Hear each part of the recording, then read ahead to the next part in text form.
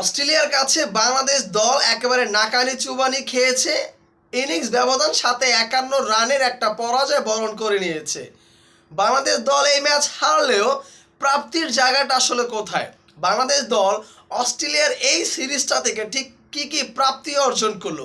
আমার কাছে দেখে যেটা মনে হয়েছে, বাংলাদেশ দল সুনামটা অর্জন করেছে এবং প্রথমবারের মতো র্যাঙ্কিংয়ে 6ষ্ঠ স্থানে বাংলাদেশ দল উঠে এসেছে।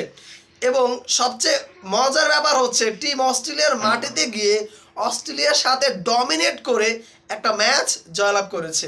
বাংলাদেশের প্রাপ্তির জায়গা এতটুকুই আপনি বলতে পারেন। এছাড়া বাংলাদেশের হাসান মাহমুদ এবং বাংলাদেশের শরীফুল ইসলাম তারা যে অস্ট্রেলিয়ার এগেনস্টে 5টা এবং 7টা করে উইকেট পেল, এইটা বাংলাদেশের আলাদা একটা প্রাপ্তির জায়গা। বাংলাদেশের আরও একটা প্রাপ্তির জায়গা রয়েছে, তানজিদ হাসান তামিম। তিনি প্রথম বাংলাদেশি হিসাবে অস্ট্রেলিয়ার মাটিতে টেস্টে অস্ট্রেলিয়ার এগেনস্টে শতক হাঁকিয়েছেন। এটা বাংলাদেশের আরও একটা প্রাপ্তির জায়গা।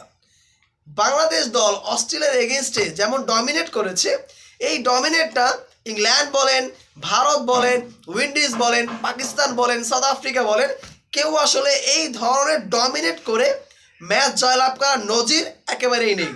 বাংলাদেশ দল তাদের থেকে সম্পূর্ণ আলাদা। এইটা বাংলাদেশ দল প্রাপ্তিটা পেয়েছে। বাংলাদেশের খেলোয়াড়দেরকে নিয়ে আসলে অস্ট্রেলিয়ার গণমাধ্যম কথা বলতে বাধ্য হয়েছে।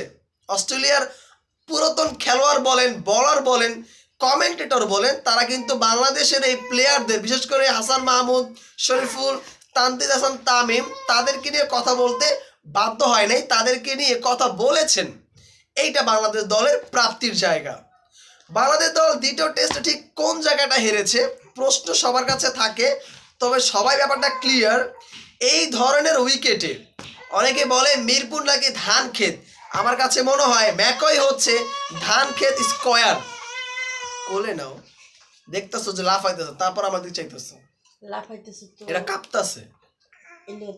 নিচ্ছি। অনেকে বলে মিরপুর নাকি ধান ক্ষেত, আমার কাছে মনে হয় মিরপুর ধান ক্ষেত হলে ম্যাকই তিনি ওই পাট ক্ষেত ধান খাত স্কোয়ার হবে। মানে বাংলাদেশকে হারানোর জন্য যা যা করা প্রয়োজন ভারত তাই করেছে।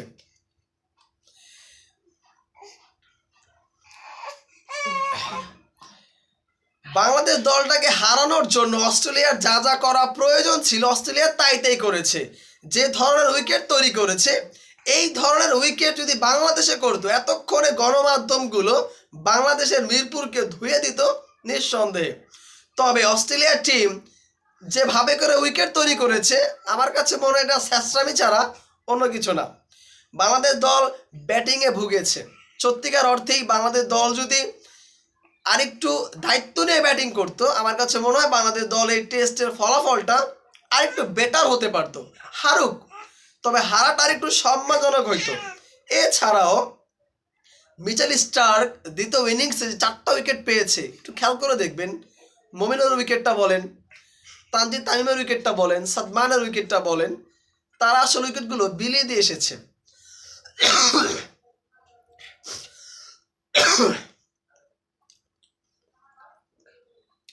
লিটন কুমার দাস বলেন, নাজমুল শান্ত বলেন, তারা আসলে প্রত্যেকে উইকেটগুলো বিলিয়ে দিয়ে এসেছে।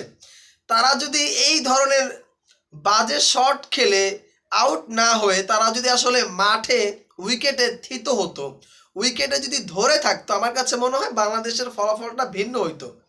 যাই হোক, পরিশেষে আসলে একটা কথাই বলতে চাই, বাংলাদেশ দল অস্ট্রেলিয়ার বিপক্ষে ম্যাচ জয়লাভ করেছে।